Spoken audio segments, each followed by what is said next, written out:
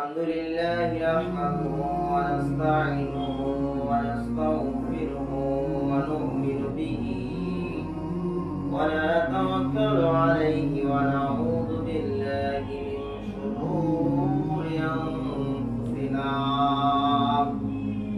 ومن سيئات أعمالنا من يهده الله فلا مضل له ومن يضلله فلا هادي له ونشهد أن لا إله إلا الله وحده لا شريك له ونشهد أن محمدا عبده ورسوله الذي أرسله بالحق بشيرا ونذيرا وداعيا إلى الله بإذنه وسراجا وقمرا منيرا فقد قال الله تبارك وتعالى في كلامه المجيد والفرقان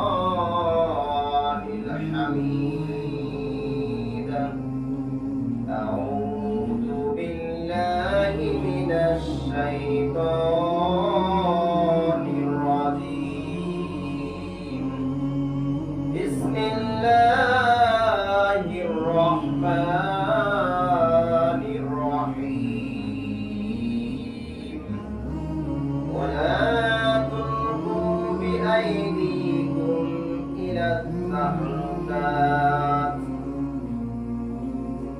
وقال رسول الله صلى الله عليه وسلم المسلمون كذافة واحدة إن استقعينه وإن استقى كله رواه البخاري প্রশংসা আল্লাহ তাআলার জন্য যে আল্লাহ সুবহানাহু ওয়া তাআলা আমাদেরকে সুস্থ রেখে মসজিদে আসার বসার কিছু শ্রবণ করার তৌফিক দান করলেন এই জন্য বলে আলহামদুলিল্লাহ। দরুদ ও সালাম বর্ষিত হোক আমাদের প্রিয় নবী জনাবে মুহাম্মদ রাসূলুল্লাহ সকলে বলে সাল্লাল্লাহু আলাইহি ওয়াসাল্লাম। প্রিয় মুসলিম ভাই ও বোন, আজকে আমার আলোচনার বিষয় হচ্ছে রাস্তাঘাটে চলাফেরা বেপরোয়া না হয়ে সুন্দরভাবে চলা। আমরা রাস্তাঘাটে চলাফেরা করি, অনেক কিছু দেখি। শুধু রাস্তাঘাটে আমাদের এলাকায়, আমাদের ডিস্ট্রিক্টে বা আমাদের বাংলাদেশে না, অন্যান্য দেশেও চলাফেরা হয়। তো চলাফেরার মধ্যে কিভাবে চলতে হবে, কিভাবে আমাদের হাঁটাহাঁটি করতে হবে, আল্লাহ তাআলা শুধু কোরআনুল কারীমে নামাজ, রোজা, হজ, যাকাত এগুলোর কথা বর্ণনা করেন নাই। আল্লাহ তাআলা এই কথাগুলো বর্ণনা করেছেন, যে কথাগুলো, যে আয়াতগুলো এসেছে মানুষের আমল, আখলাক, চরিত্র, মানুষ চলবে কিভাবে, মানুষের ব্যবহার আচার কেমন হবে, রাস্তাঘাটে চলবে কোন দিক দিয়ে, কোরআন এবং হাদিসে সব কিছু উল্লেখ করা আছে। প্রিয় মুসলিম ভাই ও বোনেরা, তো আমরা রাস্তাঘাটে যখন চলি তখন অনেক কিছু আমাদের চোখে ভাসে, চোখে দৃশ্য হয়, যে দৃশ্যগুলো দেখলে মানুষের অন্তর নাড়া যায়, যে দৃশ্যগুলো দেখলে মানুষ তখনই হেদায়েত হওয়া শুরু করে দেয়, যে দৃশ্যগুলো দেখলে মানুষ পাঁচ ওয়াক্ত নামাজি হয়, যে দৃশ্যগুলো দেখলে মানুষ রাস্তাঘাটে চলার গতি কমিয়ে যায়, সেই দৃশ্যগুলো চোখে ভাসে, সেই দৃশ্যগুলো আমাদের চোখে অঙ্কন হয়। কিন্তু আমরা তারপরেও চলাফেরার গতি কমাইনি। চলাফেরার গতিটা আমাদের যে আছে সেই আছেই। যখন একটু সমস্যা হয়ে যায় তখন কিছুদিনের জন্য আমরা স্থগিত থাকি, আবার যখন ভুলে যাই তখন রাস্তাঘাট বেপরোয়া হিসেবে চলা শুরু করে দেই। প্রিয় মুসলিম ভাই ও বোনেরা, তো আমরা যখন রাস্তাঘাটে চলাফেরা করি তখন দেখা যায় কত সময় রাস্তাঘাটে লাশ পড়ে আছে, কত সময় দেখা যায় রাস্তাঘাটে অ্যাক্সিডেন্ট হয়ে কারো মাথা, কারো কান, কারো নাক ছিঁড়ে চলে গেছে। তো এই দৃশ্যগুলো কেন হয়? এই দৃশ্যগুলো হয় এই জন্য আমাদের কতগুলো ভুলের কারণে। আমরা যখন ভুল করি তখন এই ভুলের মাসুল আমাদেরকে খেসারত দিতে হয়। প্রিয় যুবক ভাইরা, আজকে আমি বলতে চাচ্ছি যে আমরা যে রাস্তাঘাটে চলি এই দৃশ্যগুলো যাতে আমাদের বাস্তবে না পড়ে। যারা হয়েছে, যারা রোড অ্যাক্সিডেন্টে পড়ে আছে, এখনো কান্নাকাটি চলছে, কারো হুঁশ ফিরে আসে এখনো, আল্লাহ তাআলার কাছে সব আল্লাহ তাআলার হাতেই এখনো আছে। কিন্তু এখনো আমরা যারা এখনো হসপিটালের মুখোমুখি হই নাই, এখনো যারা সুস্থ সবল আছি, তো আমাদের চলা উচিত সেই গতি অনুযায়ী। যেই গতিতে চললে আমাদের শরীর স্বাস্থ্য ঠিক থাকবে, যেই গতিতে চললে আমার সংসারের ঘাটতি হবে না, যেই গতিতে চললে আমার মা চাচা বাবা এরা কান্নাকাটি করবে না, সেই গতিতে আমাদের চলা উচিত।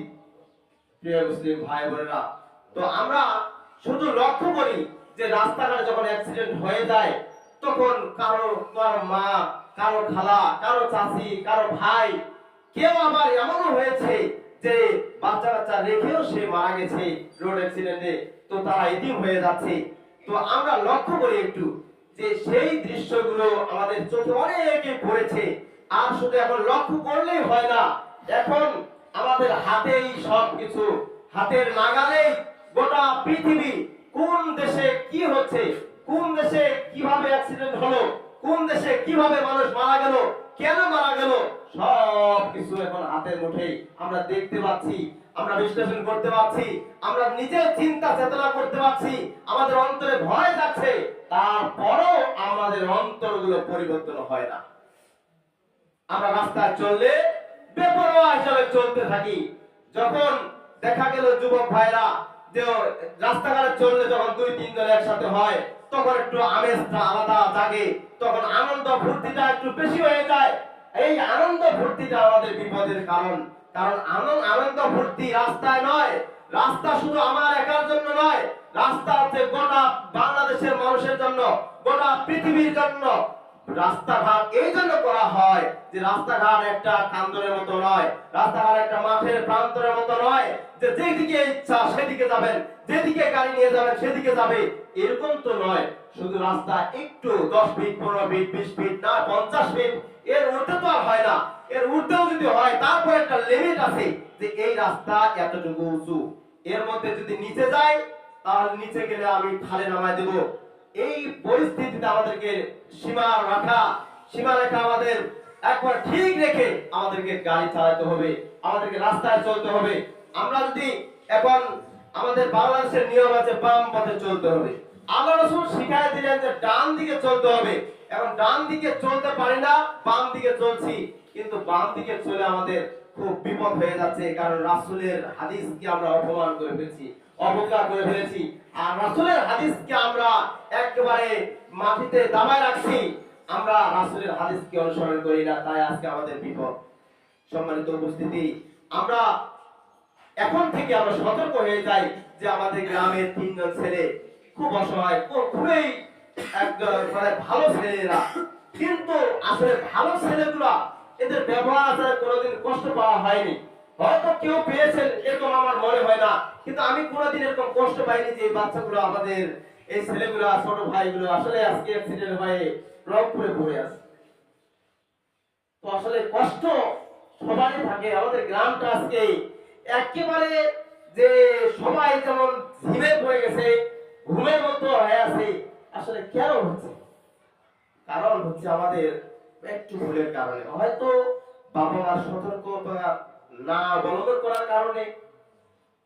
আমাদের উচিত যারা এখনো সাবালক নয়, যারা এখনো সংসার চালাতে সক্ষম নয়, যারা এখন ব্যাচেলর, যারা এখন লেখাপড়ায় ব্যস্ত, তাদের হাতে গাড়ি আর মোবাইল এই দুইটা না দেওয়াই বেশি ভালো। যদি এই দুইটা জিনিস না দেওয়া হয় আর টাকা পয়সা তাকে হাতে না দেওয়া হয়, তাহলে আমার মনে হয় না যে এরকম বিপদ কিছুদিন পর পর দেখা যাবে। আসল কথা হচ্ছে গাড়ি, এই গাড়িটা হয় ভালো পথে যদি আপনি চালান, যদি লিমিটের মধ্যে থাকেন, যদি আপনার ভোল্টেজ কম বা পাওয়ার কম দিয়ে চালান, তাহলে অ্যাক্সিডেন্টের সম্ভাবনা কম। কিন্তু যখন এই ছেলে মানুষ রক্তের তেজ, রক্ত গরম হয়ে গেছে, এখন রাস্তাঘাটে চলার সময় অহংকার বেড়ে গেছে, মোটরসাইকেল চালাচ্ছে, গাড়ি চালাচ্ছে, সাইকেল চালাচ্ছে, যেটাই চালাক খুব জোরে চালাচ্ছে। কিন্তু জোরে চালার জন্য আমরা দায়ী, যারা পিতামাতা আছে তারা দায়ী। কারণ আমরা কেমন দায়িত্ববান, আমরা আমরা মোটরসাইকেল কিনছি আমার জন্য, আমার চলার জন্য। বাবা চালাবে গাড়ি, কিন্তু বাবার গাড়ি যখন ছেলের কাছে যায়, তখন এই ছেলেটা মনে হয় না যে এই গাড়িটা আমার বাবার, এই গাড়িটা যদি আমার বাবা না থাকে আমি চালাবো, এটা আমারে থাকবে, এটা ক্ষয়ক্ষতি হলে আমারে ক্ষতি হবে, এটা তো বুঝে না। যখন সমস্যা হয়ে যায় তখন বুঝে যে কি অবস্থা। সম্মানিত উপস্থিতি, আল্লাহ রাসূল সাল্লাল্লাহু আলাইহি সাল্লাম বলেছেন যে যখন তোমরা অসুস্থ হয়ে যাও, তার সুস্থতা থাকা অবস্থায় অসুস্থতার ভাবটা নিয়ে আসো। একটা সমস্যা হয়ে যাওয়ার আগে মানুষ চিন্তা চেতনা যদি করে যে আমি খুব স্পিডে যাচ্ছি, হয়তো যদি ভালো মতো পৌঁছাতে লক্ষ্যস্থানে পৌঁছাতে পারলাম, হয়তো একটু আগে যাব, কিন্তু কাজটা আমার আগে হবে। কিন্তু এই চিন্তাটা যদি অন্তরের মধ্যে থাকে যে এই স্পিডে, এই গতিতে যদি আমি গাড়িটা চালাই, তাহলে হয়তো আমি লক্ষ্যস্থানে পৌঁছতে পারবো, আর নচেত ওইখান থেকে আমাকে রিটার্ন হয়ে বাড়িতে নিয়ে যাওয়া হবে, হয়তো আমার সাদা কাপড় পরানো হবে। কিন্তু ওই সাদা কাপড়ের যদি চিন্তা করে কেউ গাড়ি চালায়, ওই সাদা কাপড় চিন্তা করে যদি কেউ রাস্তাঘাটে চলে, তাহলে এরকম দুর্ঘটনা, মর্মান্তিক ঘটনা আমাদের চোখে আসতো না। সম্মানিত উপস্থিতি, তো আল্লাহ রাব্বুল আলামিন সূরা বাকারার 195 নম্বর আয়াতে বলেন যে ওয়ালা তুলকু বিআইদিকুম ইলা তাহলুকা, হে মুসলমান মানুষেরা, তোমরা নিজেরা নিজেদের বিপদ, নিজেদের ধ্বংস টেনে আনো না। তোমরা নিজেদের ধ্বংস নিজেরাই টেনে নিয়ে আসো না। তোমরা নিজের যে জীবনটা আছে এটা ধ্বংসের দিকে ধাবিত করো না। সম্মানিত উপস্থিতি, আমরা নিজেই নিজের জীবনটাকে ধ্বংস করে দিচ্ছি।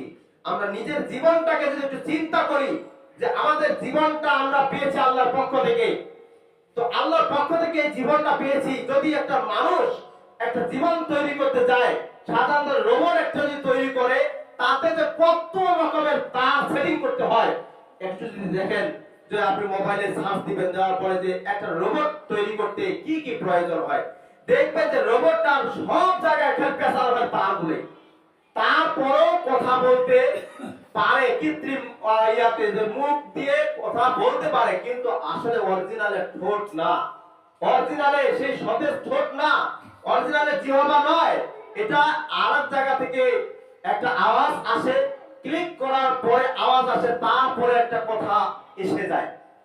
যেমন গত কয়েক বছর আগে যে আমাদের দেশের সরকার একটা রোবট তৈরি করেছে, সুফিয়া নাম দিয়েছিল।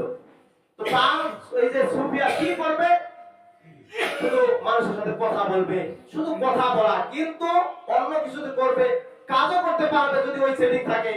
কিন্তু আল্লাহ তাআলা এমন একটা মানুষকে সফটওয়্যার দিয়েছেন, এই ব্রেনটা, এটা কাজও করতে পারে, চলতেও পারে, মানুষের দুঃখ সুখ সব কিছু বুঝতে পারে, এমনকি আল্লাহর কোরআনটাও সে পড়ে বুঝে আমল করতেও পারে।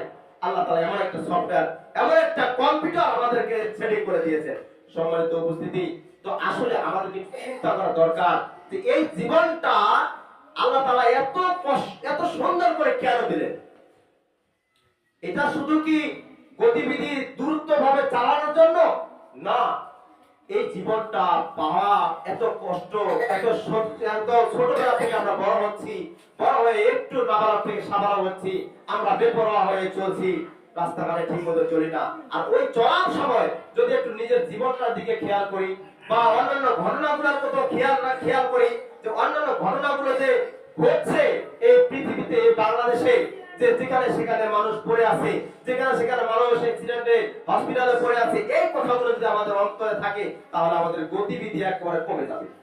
সম্মানিত উপস্থিতি, তো আমাদের উচিত যে আমাদের যে এলাকার যে যুবক ভাইয়েরা আছে, এদের গার্জিয়ান গুলোকে সচেতন হওয়া উচিত। এই গার্জিয়ান গুলো যাতে সতর্ক করে দেয় যে তোমার গাড়ি, তুমি যদি গাড়ি চালাও তাহলে 30 এর ঊর্ধ্বে, হাইয়েস্ট 40 এর ঊর্ধ্বে চালাতে পারবে না। কিন্তু যদি 40 এর ঊর্ধ্বে গাড়ি চালাও, আর আমি যদি কোনো সময়ের জন্য দেখি তাহলে তোমাকে গাড়ি আর কোনোদিনও দেব না, আর দেওয়া হবে না। সম্মানিত উপস্থিতি, আসলে গাড়ি যেমন ভালো তেমন খারাপ। গাড়ি একটু যদি খালি সমস্যা হয় তাহলে দেখবেন যে উল্টে পড়ে আছে। সম্মানিত উপস্থিতি, তো আমি গত কয়েক সপ্তাহ আগে বলছিলাম যে আমি একটা সাইকেল নিয়ে যাচ্ছি, তো রাস্তা দিয়ে সাইকেল দিয়ে যাচ্ছি, তো সাইকেলটা পাশ দিয়ে ও করছে কি যে এমন ভাবে জামাটা ছেড়ে দিয়ে, জামাটা ছেড়ে দিয়ে চুলগুলো একবার বাবুরি বড় বড় চুল রাখছে, আর জামাটা ছেড়ে দিয়ে বোতামগুলো একবার খুলে দিছে। এই বোতামগুলো খুলে দেওয়ার পরে খুব একবার 80-র নিচে হবে না এরকম স্পিড উঠাইছে গাড়িটা। তো এই চালানোর পরে দেখা গেল যে খুব স্পিড, আমার মনে হয় যে 60 দিয়ে চলে গেল। একবার আমি ভয় পেয়ে গেছি, বাপরে বাপ কি এত স্পিডে গেল। তো স্পিডে যাওয়ার পরে দেখা গেল অনেক দূর যাওয়ার পরে আমিও যাচ্ছি, তো যাওয়ার পরে আমি সাইকেল নিয়ে যেতে যেতে ও দেখা যায় একবার একটা মেয়াগুলি গাছের সাথে একবার উল্টে পড়ে আছে। তো সবাই টানাটানি করে উঠা শুরু করেছে। আমি বললাম যে এই লোক আমার কামটা ছাড়ছে চলে আসলো, আমি ভয় পাইলাম। তো এই ভয় পাওয়ার পরে ও আজকে এখানে পড়ে আছে। সম্মানিত উপস্থিতি, আসলে ওর পড়ে থাকার কারণটা কি, ওর যে গতিবেগ, এই গতিবেগটা ঠিক নেই। গতিবিধিটা একবারে উচ্চ উপরে চলে গেছে। 80 পাওয়া মানে কি আপনার নিজের শরীরটা কাঁপবে, নিজের শরীরটা বন্ধ করে ঝোঁকবে। তাহলে 80 পাওয়ার, এর জন্য এর ঊর্ধ্বেও আবার আছে 120 সিসি, 120 পর্যন্ত, মানে অনেক পাওয়ার আছে। কিন্তু যত উঠাবেন ততই তো আপনার শরীরটাকে কন্ট্রোল করতে হবে। আপনার শরীরের ব্যালেন্স যদি না ঠিক থাকে আপনি গাড়ি চালাবেন কিভাবে? কিন্তু আমরা করি কি, ওই যে বন্ধুর পালায় পড়ে, বন্ধু যদি হয় 3 জন, দেখবেন যে একজনের জায়গায় ভেজাল আছে। এই জন্য আল্লাহ রাসূল বলেছেন যে যেখানে সেখানে 3 জন হাঁটাহাঁটি করো না, যেখানে সেখানে 3 জন বেড়াবেড়ি করো না। 3 জন বেড়াবেড়ি করলে একজন তার মধ্যে একজন ক্লিক শুরু হয়ে যাবে, শয়তানের পক্ষ থেকে আসর শুরু হয়ে যাবে। তো ও শয়তানের পক্ষ থেকে কাজ করবে, ও চিন্তা করবে চলো আর একটু পাওয়ার দাও। তো দেখবেন যে অ্যাক্সিডেন্ট গুলো তো হয় না, 3-4 জনের 3 জন করে যদি চড়ে, তখন ওই একজনের খালি ইয়া করে, মানে ড্রাইভ করে একজন, আর বাকিগুলো খালি বলে স্পিড বাড়া এটা চলে ইয়া করো। আমার গানও লাগা মাঝে মধ্যে, এমন গান লাগা এমন হয় যে রাস্তাঘাটে করে কম্পন উঠে গেছে। তো আমার এইগুলো করাটা কি, এগুলো বিপদের লক্ষণ। এগুলো এগুলো হচ্ছে এমন পর্যায়ে যে মা বাবাকে কান্নাকাটি করাবে, হয়তো স্ত্রী পুত্র এগুলোকে হয়তো সংসার থেকে বাতিল, বা একেবারে কতদূর আছে যে বাচ্চাগুলোকে এতিম করাবে। এই পরিস্থিতি জোরে স্পিড দিলে যাওয়া হয়। সম্মানিত উপস্থিতি, তো আসলে আমরা অনেক ধরনের মরণ দেখি, অনেক ধরনের মানুষকে বিপদ আপদ দেখি। যেমন গত নিজে এই যে বললাম একটা আয়াত পড়ছি আমি যে ওরা তুমকো বিআইদিকুম ইলা তাহলুকা, তোমরা নিজের জীবনকে নিজে ধ্বংস করো না। তো গত 4 তারিখে, গত 4 ফেব্রুয়ারি, তো ভারতের উত্তর প্রদেশে 3টা মেয়ে, এক লোকের 3টা মেয়ে করছে কি, ওর বাবা করছে কি মোবাইলটা হাত থেকে নিয়ে নিছে। মোবাইলটা 3 জনের কাছে মোবাইল ছিল, ওই 3টা মোবাইল হাতে নিয়ে নিছে, কিন্তু ওরা নাবালক, বেশি সাবালক না। তো মোবাইলগুলো নেওয়ার কারণ কি, ওরা বেশি গেম খেলে, পড়াশোনা করে না। তো পড়াশোনা না করার কারণে করছে কি, ওই গেম খেলা অবস্থায় তার বাবা মোবাইলগুলো টানে নিয়ে চলে গেছে, আর মোবাইল দিবে না। এইটা না দেওয়ার কারণে 3 করে একসাথে 9 তালা থেকে ঝাঁপ দিয়ে তারা আত্মহত্যা করেছে। চিন্তা করে দেখেন। তাহলে আমি যে বললাম যে মোবাইলটা আর গাড়িটা, এগুলো যতদিন পর্যন্ত তারা সাবালক হবে না, সংসার হাতে দিবে না, ততদিন পর্যন্ত মোবাইল এবং গাড়ি তাদেরকে দেওয়া ঠিক না। কারণ মোবাইলটা আজকে ওই বাবা, এই ভারতের উত্তর প্রদেশে যে বাবা, ও যে 3টা মেয়ে আছে, 3টা মেয়েকে যদি মোবাইলটা না দিত, তাহলে কি তাকে ওই মেয়েগুলোর লাশ দেখতে হতো? সম্মানিত উপস্থিতি, শুধু মোবাইলটা না দেওয়ার কারণে 9 তালা থেকে ধাপ দিয়ে নিচ তালায় তারা আত্মহত্যা করেছে। সম্মানিত উপস্থিতি, তো আসলে আমাদের উচিত, যারা আমরা এখনো গার্ডিয়ান, আমরা যারা পরিবারের মাথা, আমাদের উচিত এই ছেলেদেরকে একবার শাসনে রাখা, তাদের নিয়ন্ত্রণে রাখা, তাদেরকে চলার গতিবিধি ঠিক করে দেওয়া। আসল কথা কি, আমরাই তো ঠিক নেই, আমরাই তো ঠিক মতো চলতে পারি না, ছেলে সন্তান কিভাবে চলবে? সম্মানিত উপস্থিতি, আমাদের অবশ্যই জীবনটার দিকে খেয়াল রাখতে হবে। তো আমাদের এগুলো খেয়াল রাখতে হবে এই জন্য, তো আমাদের মানুষের জীবনটা খুব দামি। আমরা যে জীবনটা পাইছি না, এই জীবনটা এমনি তো হয়নি, এই জীবনটা একদিনে তো আমরা এই পর্যায়ে আসিনি। এই জীবনটা অনেক দামি, আল্লাহ তাআলা নিজ হাতে সৃষ্টি করেছেন। আল্লাহ তাআলা বলেন, খলাকতু, আমি সৃষ্টি করেছি যে বিআইয়া বিইদাইয়া হে, মানে এখানে বলছেন যে দুই হাত দ্বারা আমি মানুষকে সৃষ্টি করেছি। কেন আল্লাহ তাআলা সৃষ্টি করেছেন? আল্লাহ তাআলা কেন মানুষকে সৃষ্টি করেছেন? যেমন আদম আলাইহিস সালামকে তিনি নিজ হাতে সৃষ্টি করেছেন। কেন সৃষ্টি করলেন? এটা তো রহস্য আছে, এটা তো রহস্য আছে। আর যুগে যুগে এখন কত মানুষ পৃথিবীতে হয়ে গেছে। তো এই পৃথিবীতে এতগুলো মানুষ দেওয়ার কারণে কি আল্লাহ তাআলা পরীক্ষার হল ছাড়া দিয়েছে। আল্লাহ তাআলা এই পরীক্ষা একটা গোটা পৃথিবীকে একটা পরীক্ষার হল আল্লাহ তাআলা দিয়েছেন, যে মানুষ এখানে থেকে এখানে আমার কোরআনটা পড়বে, আমার দেওয়া যে রাসূলের কাছে যে বহি আছে এগুলো মানুষ বুঝে পড়ে আমল করবে। আর কেউ হয়তো আমার কাছে আসে জান্নাত পাবে, কেউ জাহান্নাম পাবে। এইভাবে পরীক্ষা নিয়ন্ত্রণ করা হবে। সবাই আমরা পরীক্ষার মধ্যে আছি, কিন্তু সম্মানিত উপস্থিতি, তো আমরা যদি এখন পরীক্ষার হলে যাই, পরীক্ষার হলে 500 জন বাচ্চা কাচ্চা পরীক্ষা দিচ্ছে। তো 500 জন বাচ্চার মধ্যে তো কিছু বাচ্চা কাচ্চা আছে যে 10-12 জন বাচ্চা করছে কি পরীক্ষার হলে লিখতে লিখতে হঠাৎ করে খাতাটা ছিঁড়ে ফেলাই দিচ্ছে। হঠাৎ করে খাতাটা কি করছে? ছিঁড়ে ফেলাই দিচ্ছে। তো ছিঁড়ে ফেলা দেওয়ার কারণটা কি? সে কি পাস করবে? সে তো পাস করবে না, সে অবশ্যই ফেল করবে। তো সেরকম আমরা পৃথিবীতে অনেক মানুষ এসেছি। এই মানুষগুলো আসার পরে যে আমাদের একটা লিমিট আছে, আল্লাহ তাআলা আমাদের একটা বয়স নির্ধারণ করেছেন। এই বয়সটা নির্ধারণ আমরা পৌঁছতে পারি না, তার আগে আমরা আত্মহত্যা করি। কেউ আবার ছুরি দিয়ে জবাই হয়ে যায়, কেউ বিষ খায়, কেউ ফাঁসি লাগে মরি। কেন? এটা হচ্ছে আমাদের অর্ধেক। ওই যে পরীক্ষার হলে যায় আমরা করি কি, খাতাটা ছিঁড়ে যদি ফেলাই দেই তাহলে আমাদের যেমন পাস আসবে না, তেমনি আল্লাহ তাআলা এই পরীক্ষার হল একটা পৃথিবী দিয়েছেন। এই পরীক্ষার হলে আমাদের একটা নির্দিষ্ট সময় দিয়েছেন। এই নির্দিষ্ট অনুযায়ী আমরা বাঁচতে পারবো। কেউ 50 বছরের সময়, কেউ 30 বছরের, কেউ 20 বছরের, কেউ 100 বছরের, কেউ 300 বছর পর্যন্ত মানুষ এখন পৃথিবীতে আছে। তো এই এতগুলো সময় দেওয়ার কারণটা কি? যাতে মানুষ এই দুনিয়াতে বাল বিচার করে সঠিক বেঠিক হালাল হারাম বিচার ফয়সালা করে আসতে পারে আমার কাছে, আমি যাতে তাদেরকে পুরস্কৃত করতে পারি।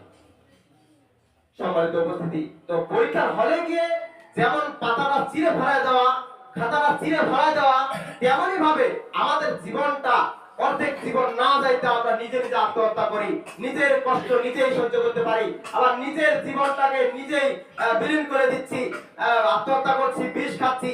এরকম হচ্ছে ওই খাতা ছিঁড়ে দেওয়ার মতো। কারণ আমরা ছিঁড়া কাগজের মতো না হই, কারণ আমাদের একটা আল্লাহ তাআলা নির্দিষ্ট সময় দিয়েছেন। ওই নির্দিষ্ট সময়ের অনুযায়ী আমাদেরকে চলতে হবে। আল্লাহ তাআলা যেদিন আমাদেরকে তুলে নিয়ে যাবেন সেদিন আমাদেরকে মনে করতে হবে আলহামদুলিল্লাহ। সেদিন আমাদেরকে মনে করতে হবে আল্লাহ তাআলা আমার কাছে এখন আজরাইল পাঠিয়ে দিয়েছেন, কারণ আমার মেয়াদটা শেষ। আর ওই সময় এই জন্য আমাদের ওই আত্মীয় স্বজনকে কান্নাকাটি করা নিষেধ। ওই সময় আমরা কান্নাকাটি করতে দেই না। কি জন্য? আলেম সমাজ আছে কান্নাকাটি করতে দেয় না। কি জন্য? যে এখন শোক হতে পারে, শোক হলেও কান্নাকাটি বেশি করা যাবে না, কারণ কান্নাকাটি করা বেশি ঠিক নয়। কারণ কান্নাকাটি এখনো দুনিয়ার মায়াটাকে তাকে আশ্রয় তাকে আঁকড়ে ধরার জন্য চেষ্টা করছেন। আল্লাহ তাআলা এটা বুঝতেছেন।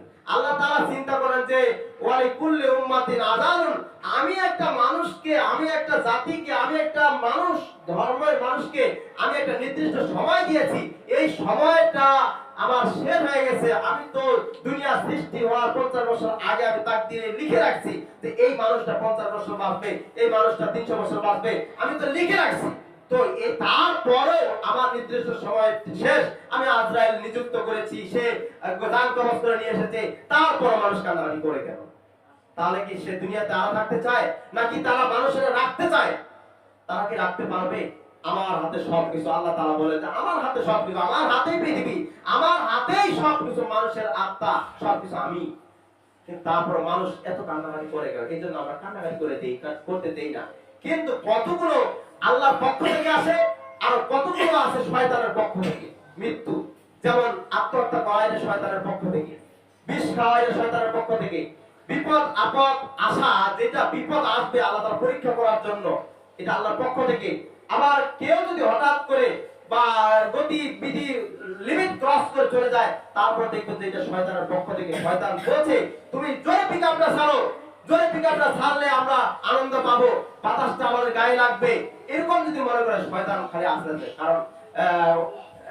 কারণ আদব মুবিন, শয়তান তো হচ্ছে সবসময় প্রকাশ্য শত্রু। শয়তান তো আমাদের ঘাড়ে আছেই, শয়তান আমাদের ঘাড়ে আছে, কিন্তু আমরা আমাদের শয়তানটাকে তাড়াইতে পারি না, আমাদের অন্তরে যে শয়তানি ভাবটা এটা তাড়াইতে পারি না। এই জন্য আমাদেরকে যেখানে সেখানে কান্নাকাটি করতে হয়, যেখানে সেখানে মা চাচিকে কান্নাকাটি করতে হয়, কারণ আমাদের শয়তানটা অন্তর থেকে নামাইতে পারি না। সম্মানিত উপস্থিতি, আমি বলছিলাম যে মানুষের জীবন খুব দামি কেন? আল্লাহ তাআলা দামি করে সৃষ্টি করেছেন। আল্লাহ তাআলা বলেছেন যে আমি মানুষকে সৃষ্টির শ্রেষ্ঠত্ব দিয়েছি। সৃষ্টি যত রয়েছে এই সৃষ্টির মধ্যে শ্রেষ্ঠ সৃষ্টি আমি মানুষকে দিয়েছি, সম্মানের দিক দিয়ে বেশি উন্নত করেছি। সম্মানিত উপস্থিতি, এই পৃথিবীতে কত প্রাণী আছে, সবগুলো প্রাণী এই মানুষের কবজায়। দেখেন, একজন মানুষ একটা ভয়ঙ্কর প্রাণী, একটা হিংস্র প্রাণী, যে বাঘ, এই যে বাঘ, এই বাঘগুলোকে পোষ মানায় মানুষ, বাঘগুলোকে পোষ মানায়। যদি আপনারা ভিডিও দেখেন, যদি এরকম সার্চ দেন যে মানুষ কি বাঘকে শিকার করতে পারে, মানুষ কি বাঘকে পোষ মানাতে পারে, দেখবেন যে সবগুলো আসবে যে বাঘ আসে কোলাকুলি করছে, বাঘ আসে মানুষকে কোলাকুলি করছে। কেন? এই মানুষ উন্নত জীব, মানুষ উৎকৃষ্ট মানের সম্মানী মর্যাদার মানুষ, এই মানুষ সবকিছুই আয়ত্তে নিয়ে আসতে পারে। এই পৃথিবীটা পরিচালনা হচ্ছে মানুষের দ্বারাই, মানুষই চালাচ্ছে কিভাবে কি করতে হবে, মানুষই সবকিছু করছে। কারণ মানুষকে আল্লাহ তাআলা একটা নিয়ামত দিয়েছে, সেটা আছে ব্রেন। এই ব্রেনটা আল্লাহ তাআলা দিয়েছেন, এই ব্রেনটা ভালো কাজে ব্যয় করার জন্য দিয়েছেন, খারাপ কাজে নয়। এই ব্রেনটা দিয়েছেন আল্লাহ তাআলার কোরআন এবং রাসূলের হাদিস পড়তে, সেই অনুযায়ী আমল করার জন্য এই ব্রেনটা দিয়েছেন। সম্মানিত উপস্থিতি, দেখেন আমাদের সমাজে যে তিনটা ছেলে একটু অসুস্থতা পড়ে আছে, একজন ভয়ঙ্কর অবস্থা, মানে এক কথায় আল্লাহর হাতে সবকিছু, কিন্তু দেখেন পড়ে আছে, কিন্তু ও যদি ওই সময়টা ভাবতো, এখন ও ভাবছে আল্লাহ আমি যদি স্পিডটা না বাড়াইতাম, তার অবস্থাটা একটু চিন্তা করে দেখেন।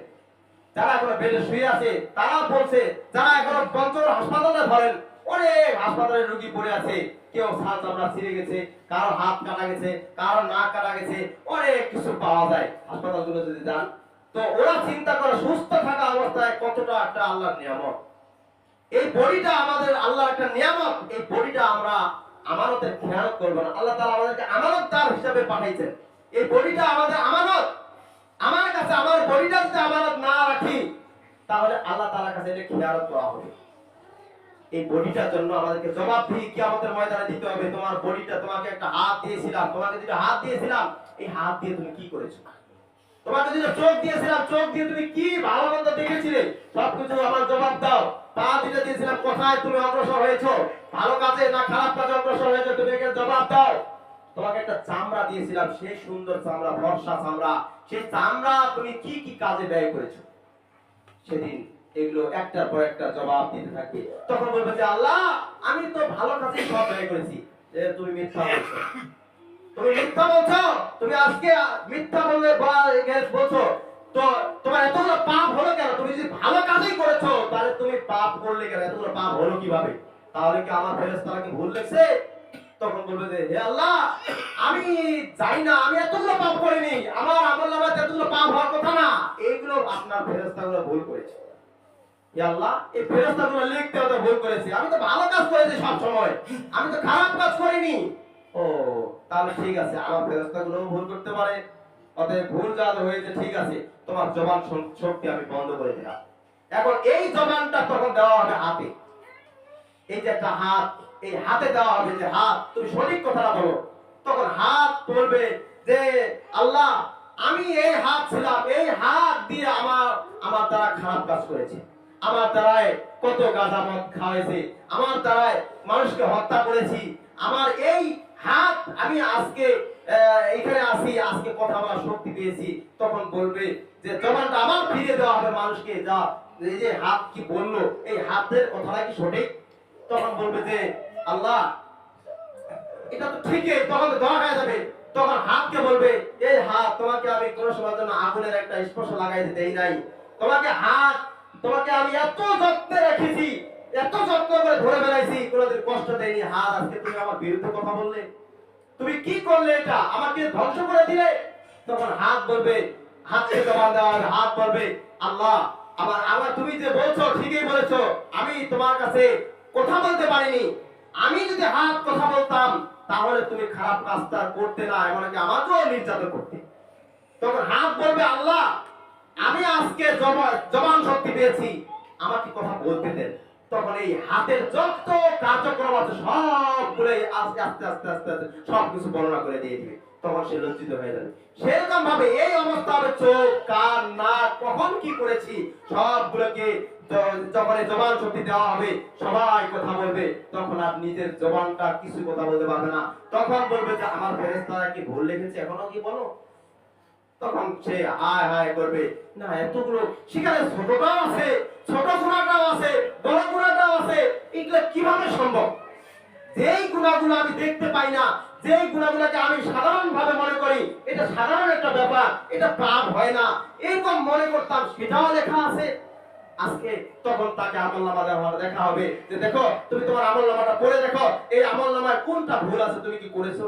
তখন সে নিজে নিজে পড়বে আর দেখবে, আল্লাহ, এত ছোট ছোট জিনিস।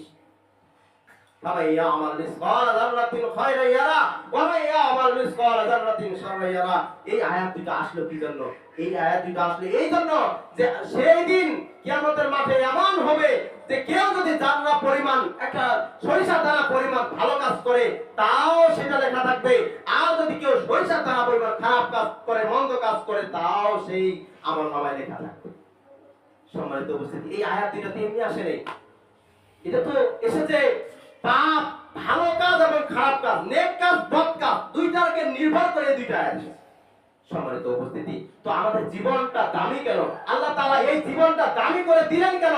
যে এই মানুষ কোনদিন মাথা নিচু করবে না আমি ছাড়া। এই মানুষ মাথা নত করলে এক আমি আল্লাহ, আল্লাহকে নত করবে, তাছাড়া অন্য কোন মানুষকে, অন্য কোন দেব দেবীকে, অন্য কোন পীর মাশায়েখকে মাথা নত করবে না। সম্মানিত উপস্থিতি, এটা উন্নত জাতি, এই মানুষ জাতি হচ্ছে উন্নত জাতি, সৃষ্টির শ্রেষ্ঠ জীব হচ্ছে আমরা মানুষ। কিন্তু আমরা যদি মানুষ হয়ে মানুষের নিজের জীবনটা যদি না বুঝতে পারি তাহলে তো সমস্যা।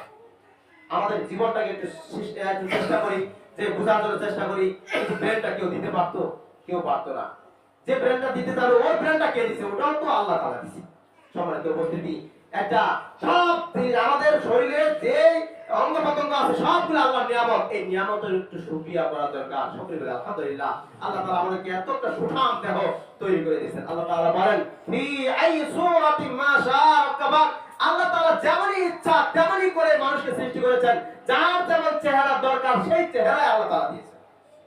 কেন দিয়েছেন? আল্লাহ তাআলা যদি পারতো, আল্লাহ তাআলা যদি এরকম করতো যে আমি গোটা পৃথিবীতে মানুষ এক কালার করে দেব, কেউ কালো থাকবে না, সব ফর্সা, কেউ লম্বা কেউ খাটো এরকম হবে না, সবাই এক সমান, 3 ফিট বা 5 ফিট 10 ফিট।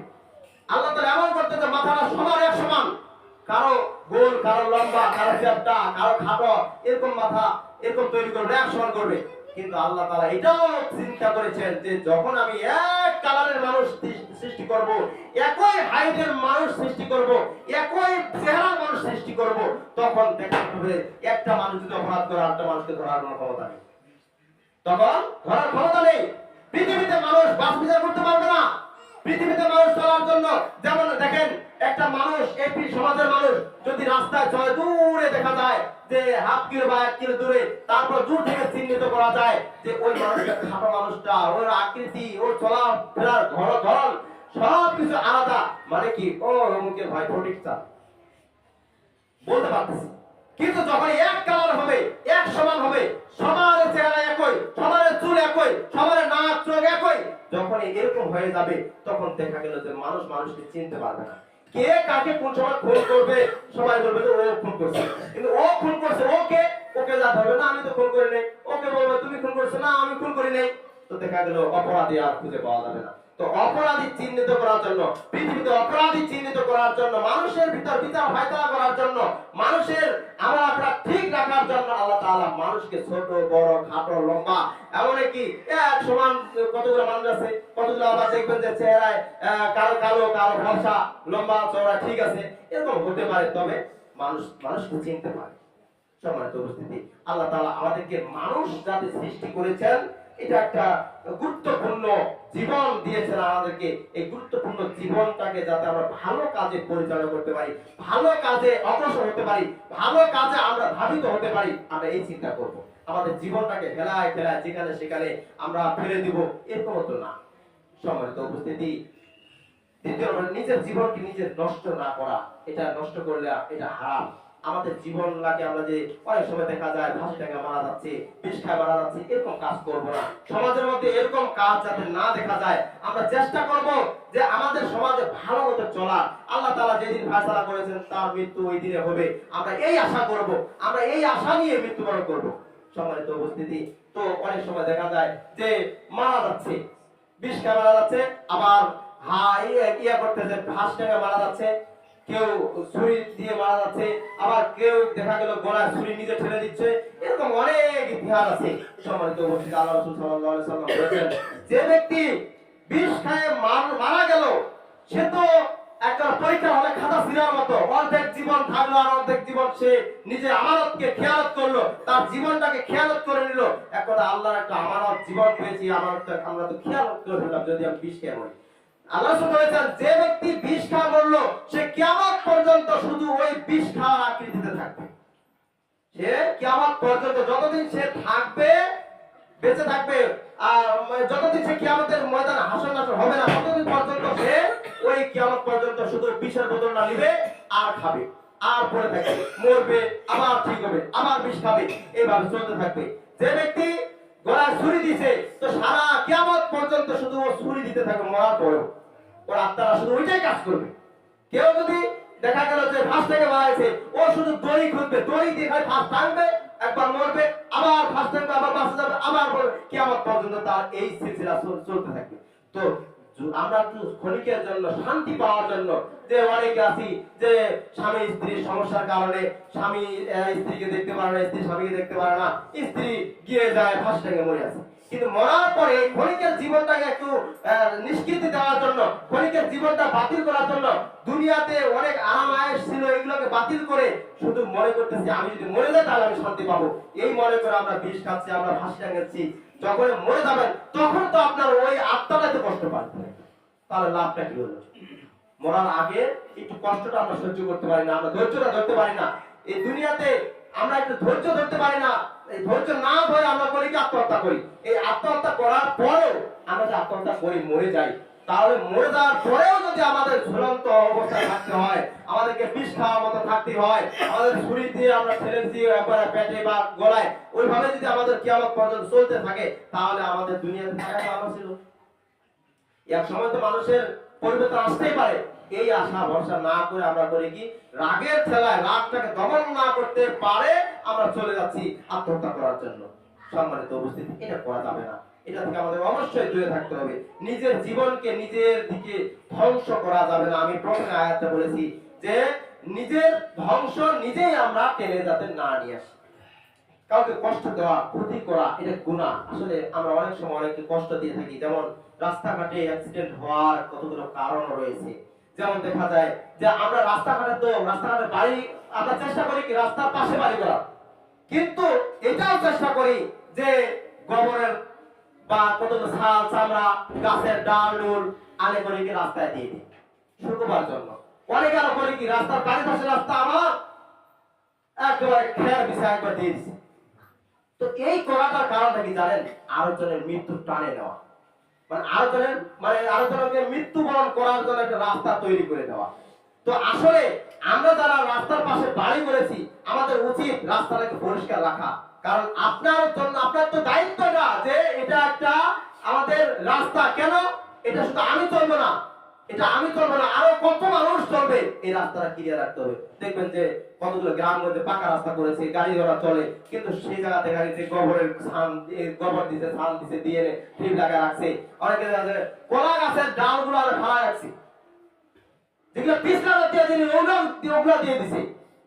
যেমন গম তো পিছলা জাতীয় জিনিস, গমগুলো আনে করছে কি পাকা রাস্তা বিছাই দিয়েছে। এটা কি গুনার কাজ না?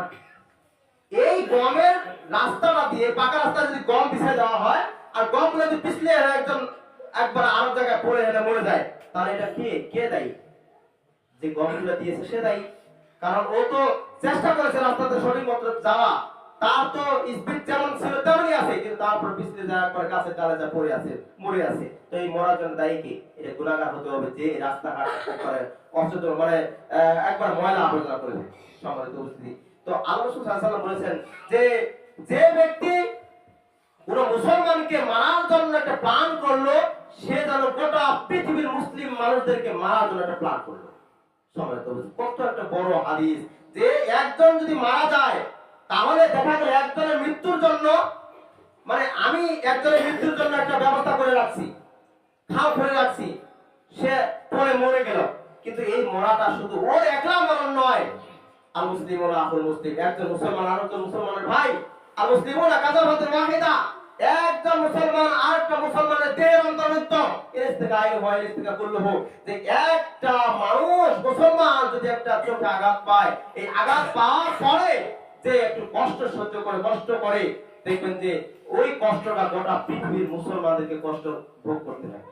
সম্মানিত উপস্থিতি, আমরা মুসলমান ভাই ভাই কেন বলা হলো? আল্লাহ তাআলা এই আয়াতটুকু কেন কোরআনে নিয়ে আসলেন সূরা আলে ইমরানে, যে আল মুসলিমুনা আখুল মুসলিম, যে এক মুসলমান আর মুসলমানের ভাই কেন বলা হলো? তো এক মুসলমান আর মুসলমান ভাই যদি হয়, তাহলে আমার ভাই বলে কি আমি যে রক্ত দিয়ে গড়া সে তো ওই রক্ত দিয়ে গড়া, তাহলে ও আমার মধ্যে পার্থক্য কি হলো? সম্মানিত উপস্থিতি, তাহলে একজন মুসলমানকে যদি কেউ হত্যা করার প্ল্যান করে, তাহলে মনে করতে হবে গোটা পৃথিবীর মুসলমানদেরকে হত্যা করার জন্য প্ল্যান সে পায়তারা করলো। সম্মানিত উপস্থিতি, তো গোটা পৃথিবীর মুসলমানদেরকে তো হত্যা করা যাবে না। সম্মানিত উপস্থিতি, এটা থেকে আমাদের অবশ্যই ঠিক রাখতে হবে।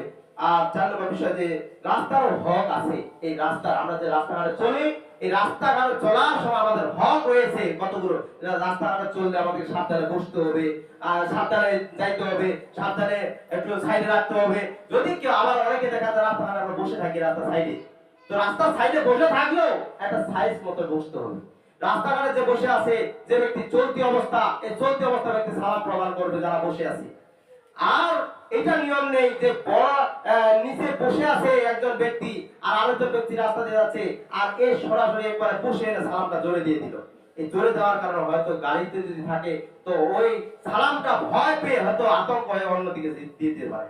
এই জন্য আল্লাহ বলেছেন যে বসা ব্যক্তি দাঁড়ানো ব্যক্তি বসা ব্যক্তিকে সালাম দেবে, আর চলতি ব্যক্তি বসা ব্যক্তিকে সালাম দেবে, কিন্তু বসা ব্যক্তি চলতি ব্যক্তিকে সালাম দেওয়া যাবে না। নিয়ম আছে, নিয়ম অনুযায়ী চলতে হবে। রাস্তায় চলার কতগুলো আদব রয়েছে, হক রয়েছে, অবশ্যই এগুলো পালন করতে হবে। সম্মানিত উপস্থিতি, মানে বেপরোয়া মানে কি জানেন? রাস্তাঘাটে আমরা যখন বেপরোয়া চলি, মানে অহংকার একটা কাজ করে, এই অহংকারটা নিয়ে আসা যাবে না। যদি আমরা অহংকারটা নিয়ে আসি, এই অহংকারীকে আল্লাহ তাআলা ভালোবাসেন না। ইন্নাল্লাহা লা ইউহিব্বুল মুস্তাকবিরিন, নিশ্চয়ই আল্লাহ রাব্বুল আলামিন অহংকারীদেরকে ভালোবাসেন না। আর অহংকারীদেরকে ভালো না বাসলে দেখবেন যে যেখানে সেখানে তার হঠাৎ করে সমস্যা দাঁড়ায় গেছে, বিপদ এসে গেছে। সম্মানিত উপস্থিতি, আমরা সকলের জন্য দোয়া করব। আমরা সকলেই চেষ্টা করব রাস্তাঘাটে যাতে ঠিক মতো মেইনটেইন করে চলতে পারি, রাস্তায় যাতে পরিষ্কার পরিচ্ছন্ন রাখতে পারি, রাস্তাঘাটে বেপরোয়া হিসেবে গাড়ি ঘোড়া চালাবো না।